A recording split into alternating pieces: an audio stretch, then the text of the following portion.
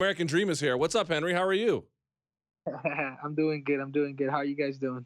Doing quite well. Henry, I've been stalking your social media in preparation for this interview, and I have noticed that you have taken, correct me if I'm wrong, it appears that the training for this camp is different in every capacity than virtually any other training camp you have had. True or false?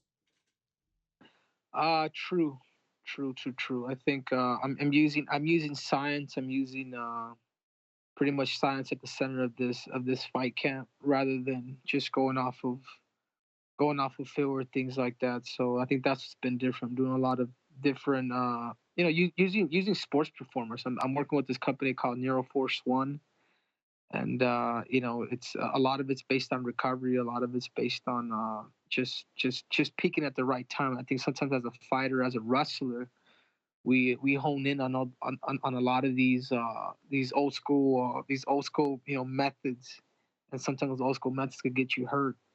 And what I've learned is I learned to take a back seat and actually use this narrow system that they have me on. Detecting, waking up every morning, using my omega wave, and understanding at what level of capacity can I actually train and how hard I should go. So I'm being monitored by science, and it's something new, and I feel so much stronger. I've done tests at the UFC PI, and they've done studies on they've done studies on me, and I guess my studies have been off the charts according to them. So I'm extremely happy to be able to use Neuroforce One, and everybody at the UFC PI, and hopefully by August 4th, man, we're ready to we're ready to take out the mouse. Now, this is your first time using these services or not? I've used some of it before. I've used Phase Four before. They work with a bunch of Olympic athletes, but I've always been intrigued with this, and I've been following Neuroforce One for about since the first time I fought with Hayes. I know people started recognizing the difference in my body, and it's a lot of these like neural stims that go in my body to to kind of help the recovery, and a lot of the strength factors too. And I started using it when I my first time when I fought Hayes, and I was just like, man, I've never felt so good in my life. Hmm. And did it with Bettis, and then now we're just we're doing it with Demetrius now, and we're just doing it at a very it's just at a higher level, man. More people have people monitoring everything. By the time I wake up to by the time I go to sleep, there's somebody examining my body. That sounds a little creepy, but it also sounds very effective. So, riddle me this though: the one thing I noticed from the Hayes fight was not just that, to your point, you looked physically better or that there was a bounce in your step, but there appeared to be technical adaptations as well. Now, I'm sure there's been a growth. You've been training MMA for a long time now, so that growth is going to be continuous. But has there been any jumps in technical ability as a consequence of these other changes you have made? Oh, absolutely, man. If you could recover correctly, man, you could be able to float like a butterfly, sting like a bee, like Muhammad Ali. Muhammad Ali was a heavyweight. This is why Ali was always able to do a lot of that. That a lot of the the shuffle stuff, the playing around and things like that. Because he never really had to cut weight. And it's almost like the same thing with us. If we're able to feel good, man, we'll be able to move and do a lot of these things that a lot of these athletes sometimes they want to do, but because of a rigorous weight cut or because they're not peaking to their fight, they're unable to do. So yeah, absolutely. A lot of it's technical too. I traveled the world. I've been to Singapore, I've been, Holland for kickboxing, going to Brazil back and forth. Just traveling the world pretty much, and picking the best from just picking the great minds from every art, and then collaborating all that into mine. All right. So the idea there must be that to beat an opponent like DJ, these kinds of efforts are needed. That's the idea. Like, short of these efforts, you can't beat them. I'm not. You know what I mean? Like, the extraordinary Right. challenge requires extraordinary prep. Absolutely. That's all it is, man. It's nothing that I haven't done before. It's just now it's just a little more detailed because there's a world title on the line. So a lot of people want to be a part of it. A lot of the right people want to be a part of it, and I allow these people in. If they want to help me be the best, then man, and if you know what you're doing, please help me. I'm here to ask for help because Demetrius ain't he ain't no slouch. but at the same time, it's like I'm a, I can fight, man. I'm a Ferrari too.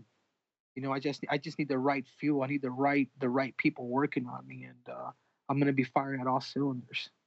Let me ask you an open-ended question. If someone had, and I'll ask it, when you look back on your first fight with him, why did you lose? Um, I think a lot of it I'd probably credit him. I think I credit him. I credit his coaches, the game plan. I should have never gotten the clinch. I didn't. I don't know if we respected his clinch as much as I did after the fight. I was like, God, just precision. But a lot of it too, Dan, was just a timing issue. Like people don't realize, man. Like by the time I had my first MMA fight to the time I fought Demetrious Johnson, I was only fighting for 3 years. Period. No amateur experience in MMA. Nothing. Just all pro for my debut. After fighting for a year and a half, I signed with the UFC, and then slowly, catapult to the championship fight. So a lot of it was time too. So a lot of it I would credit Dimitri. A lot of it I'd credit myself too. Like I wasn't ready. So when people ask me, how do you beat Demetrius Johnson? When this happened 2 years ago, and I look back and I'm just like, dude, I just need time. It's not a technical thing. It's not a tactical thing. I take that back. It's actually everything, and that's why I use the word time. And so when you say it's everything, so you mentioned it's technical, it's tactical. When you think about what you have to do to beat Demetrius, what goes through your head? What kinds of conditions have to be in place for you to win? Strong mindset, composure, relax, season and opportunity. A lot of these things, man. I've studied him a lot. I've actually picked up a lot of good habits from just watching film from Demetrius Johnson. It's like they say, it's like game recognizes game, and it's true. I'm not here to. I'm here to be honest too. But I enjoy it, man. The reason why I got into mixed martial arts is because of competition. I'm a competitor, man. I wouldn't be doing this for anything else but competition. I want to take out the best. I want to beat the pound for pound best fighter in the world, and I want to do it ultimately because he took me out the first time. I mean, you're talking about a comeback story from being knocked out in the first round to going out there defeating the guy that knocked you out, the pound for pound king, to defeating him. I mean, that's what I have envisioned in my head. What do you think it does for your career if you beat him? Now, I mean, obviously you get the title, right? So you'd be the champion, you'd be the guy to dethrone him. But I mean, in that pound for pound discussion, where would it put you? Oh, it put me in the history books. People will forget a two division champ. They will because there's already five so far, or six. Five. People won't forget an Olympic champion and a UFC champion until the next person does that. Man, that is one tough human being. Ultimately, I feel like it would put me in a different category. I conquered two sports and I beat the pound for pound best fighter in the world. Like there's no denying this kid's the truth.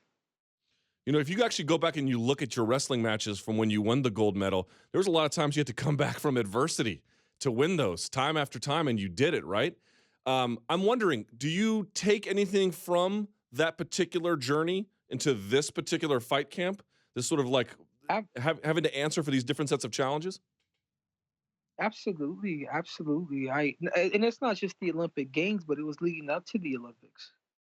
I remember the whole year of 2007, man. I did not win one tournament. I did not win the U.S. Open. I didn't do anything until the Olympic trials. Like I had the worst year of my life, like leading up to the Olympics.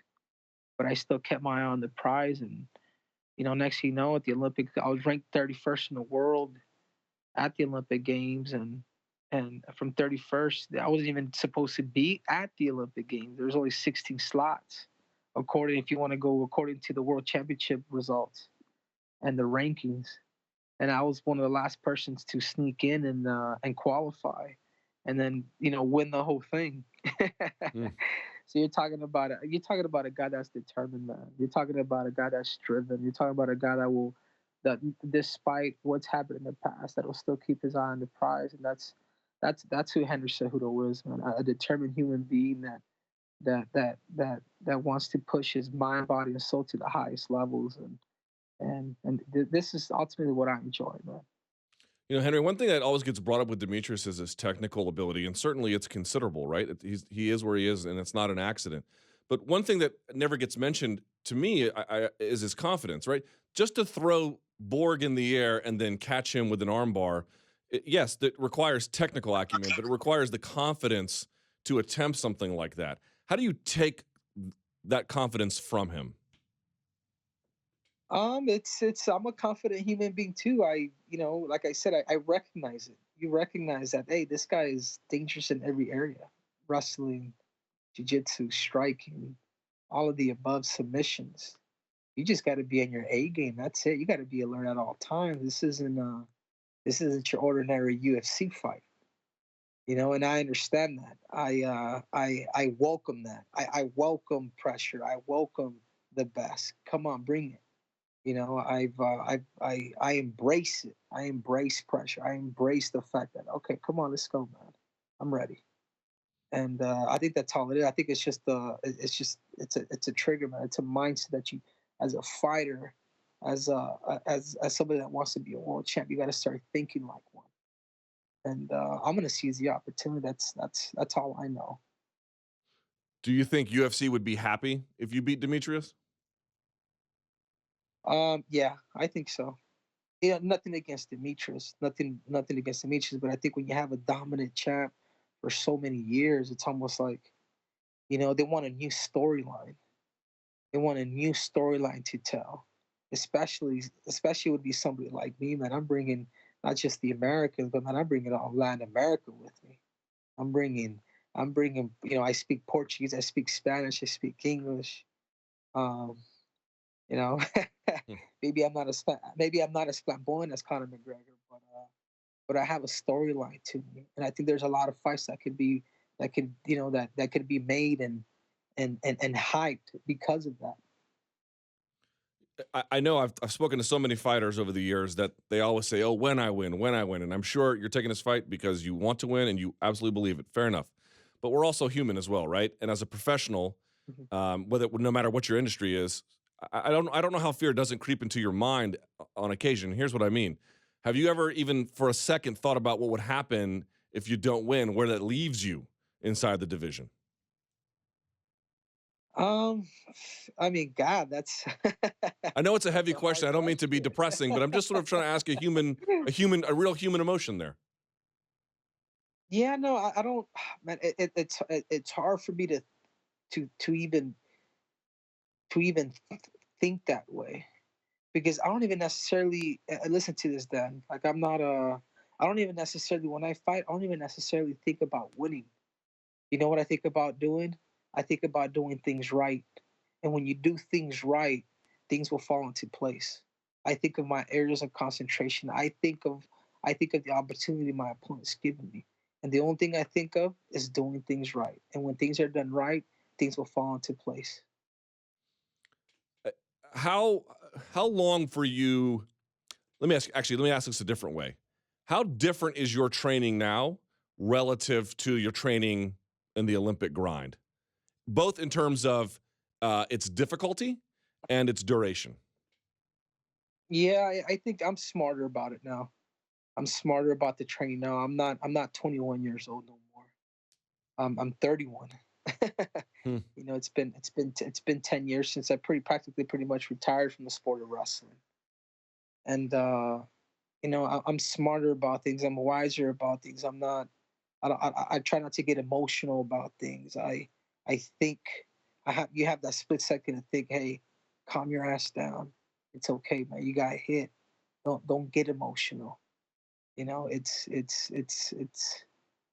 more like that. I think it's just being wiser, man. I think a lot of this stuff too I've taken from guys like Bernard Hopkins, a guy that obviously I'm not as old as Bernard, but I take his skill set, his mentality, of fighting people accordingly, and using sports performance to peak at your sport.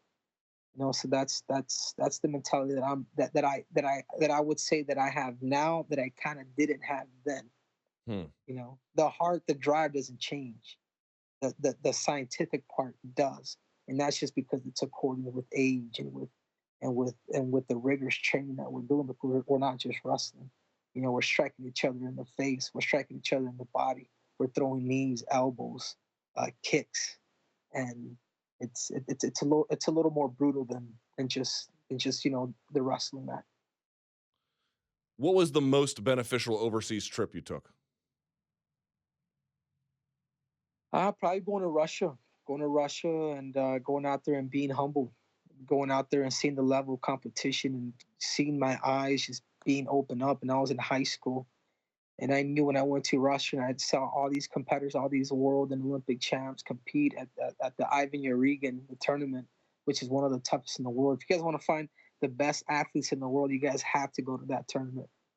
It's the Urigan. It's in Siberia. It's in Krasnoyarsk. And I remember going out there. I remember watching Olympic champs and world champs getting knocked off first, second round. I'm like, what the heck? But it opened my eyes. It let me know that, hey man, I'm not gonna forego. I'm not gonna go to college. I'm not gonna go to a Division 1 and wrestle like everybody else. You know what I want to do is I want to be the best in the world, and that's exactly what I did. And it was thanks to the Russian culture that completely changed my mind.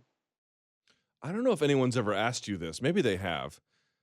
If they have, forgive me. But what is your sense about how well Ben Askren would do if he was able to compete against the UFC's best? Which, of course, we know he was not. Personally, I think Ben Askren could beat anybody in the world. I think he has his strengths of striking and his strength of striking is you'd probably even give him a B minus. I'm sorry, a D minus, or a D. But man, his grappling skills, his wrestling, he gets on top of you, man. You're done. I think the person to really ask would be somebody like Tyrone Woodley, who is a champ and has trained with Ben Askren. I think maybe he could. I think he would probably open your guys' eyes. He would be a scary guy to fight just because of the fact that he's able to use his leverage and he's gumby, he's flexible, and he does a lot of things from jiu-jitsu. Just he's very diverse and he's uh he's a scary fight for anybody, even for Tyrone Woodley, for any of those guys. So I personally think Ben Askren would be one of the best. I think he's one of the best in the world. Before you go, I really appreciate your time here, Henry. You mentioned something that you do speak Portuguese. Obviously, you're fluent in Spanish speaker. But it seems like the UFC, they've had some success in building some of these the South American Spanish-speaking markets. So obviously, we're not including Brazil. Brazil's already well taken care of. But they just were in Chile. They're going to be in Argentina. Obviously, they've had many shows in Mexico. But it still feels like they haven't quite broken through, right? Like they haven't quite had this uproarious moment. They got close with Kane, but not quite, right? If you win on August 4th, can you usher in this age of development of Spanish speaking Latin America and I guess part of North America as well? Yeah, absolutely. The thing is, I speak good Spanish. Spanish was actually my first language growing up, and I understand the culture. I understand the culture. I understand what the people want. I'm a warrior. It's what they call it, guerrero in Spanish, and absolutely, man. I think it would be dumb for me not to even fathom or not think about taking over all of Latin America, for sure. Well, Henry, I got to tell you, you got me interested, man. I saw the training on your Instagram, and I know what this means to you. I know what kind of competitor you are. August 4th cannot come soon enough. I wish you nothing but the best of luck. Thank you for spending some time with us. And, man, I'm excited, really excited. No, thank you guys. I appreciate it. All right, take care, my friend.